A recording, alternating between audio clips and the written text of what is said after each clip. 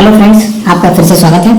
मैंने अभी तक जो डिटेल वीडियो इसकी फॉर्म की इंट्रोडक्शन की मैंने बनाई है, उसमें आपको मैंने पूरी जानकारी से शेयर की है। किस कैटेगरी में कितने प्लॉट्स हैं, लोकेशन क्या है और कौन इसके लिए पात्र है, किसे भरना है, क्या गलतियां हैं जो नहीं करनी है। आपको रिपीटेडली आपको एक आदमी के नाम से एक ही फॉर्म होना चाहिए, एक ही उसी आदमी के नाम से बैंक अकाउंट होना चाहिए और रजिस्टर्ड नंबर उसी आदमी का होना चाहिए।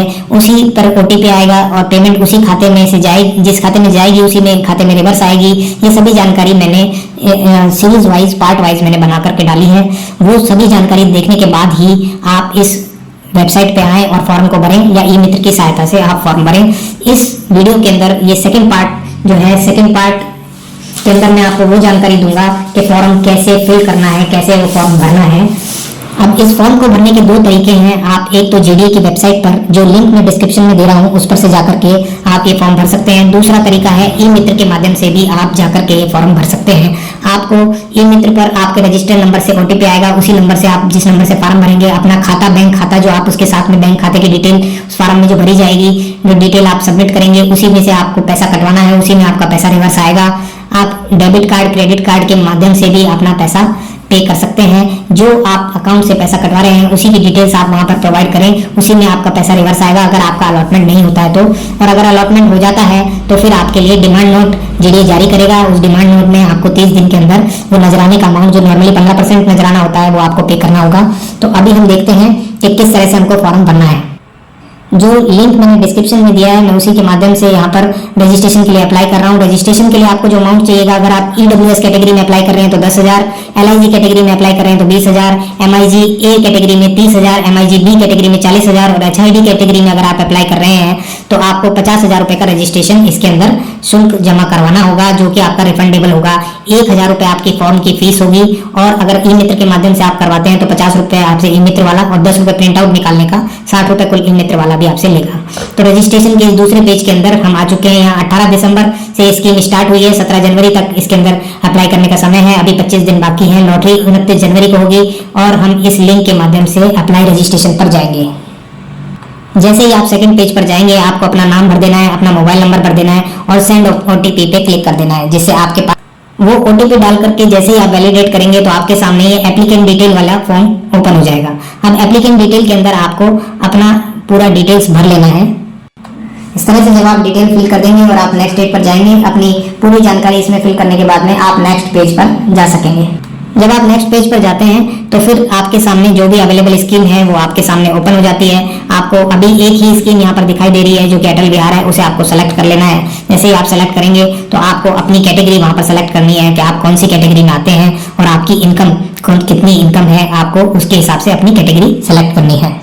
यहाँ मैं आपको बता दूं कि आपको जो कैटेगरी सेलेक्ट करनी है, रिजर्वेशन की कैटेगरी, मतलब आप अनरिजर्व में भर रहे हैं, ट्रांसजेंडर में भर रहे हैं, सैनिक कैटेगरी में भर रहे हैं, आर्मी रिटायर्ड पर्सनल है उस कैटेगरी से आप भर रहे हैं, या रिपोर्टर की कैटेगरी में आप भर रहे हैं, वो वाली कैटेगरी आपको यहाँ पर सेलेक्ट करनी है। और दूसरा आपको यहाँ पर अपना इनकम ग्रुप डालना है कि किस इनकम ग्रुप में आप आते हैं।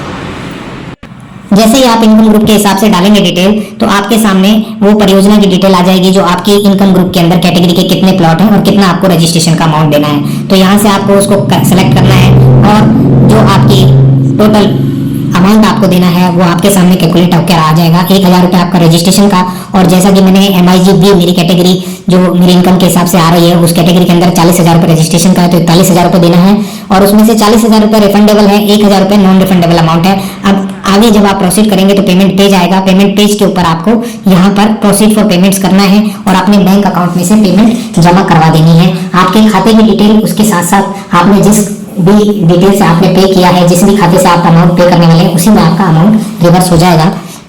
जब आप नेक्स्ट पेज पर जाएंगे तो नेक्स्ट पेज पर आपको अपनी पेमेंट करनी रहेगी।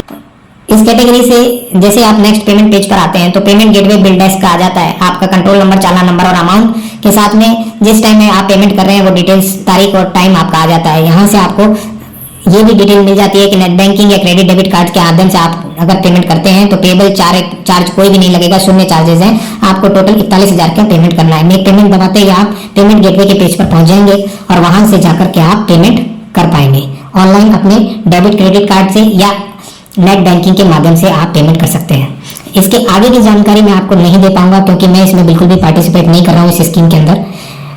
तो मैंने सिर्फ आपको जानकारी देने के लिए, वीडियो बनाने के लिए ही इस फॉर्म को भरा था। बाकी मेरा इसमें पार्टिसिपेट करने का कोई इरादा नहीं है, क्योंकि मैं ऑलरेडी एक से ज़्यादा रेजिडेंस मेरा है, इसलिए मैं इसमें अप्लाई नहीं कर सकता हूँ। आपकी जानकारी के लिए मैंने ये आपको जो मेथड है, किस तरह से आपको इसमें फॉर्म भरना है, वो डिटेल मैंने आपको प्रोवाइड करवा दी है। और इसके साथ साथ आप ई मित्र के माध्यम से भी ये काम कर सकते हैं, जहाँ आपको 50 रुपये प्लस 10 रुपये 60 रुपये का कुल शुल्क अतिरिक्त देना होगा। तो आप सभी की इच्छा अनुसार जो मैंने जानकारी दी है, उम्मीद करता हूँ ये आपको अच्छी लगी होगी। आपसे निवेदन है, मेरी इतनी लगातार मेहनत के प्रति आप लोग कम से कम मेरे चैनल को सब्सक्राइब अवश्य कर लें और बेल आइकन जरूर दबा दें। आप सभी का धन्यवाद। सब्सक्राइब करके बेल आइकन जरूर दबा देना, रोजाना ऐसे इन्फॉर्मेटिव काम की खबरें देखते रहने के लिए। जय हिंद, जय भारत, वंदे मातरम।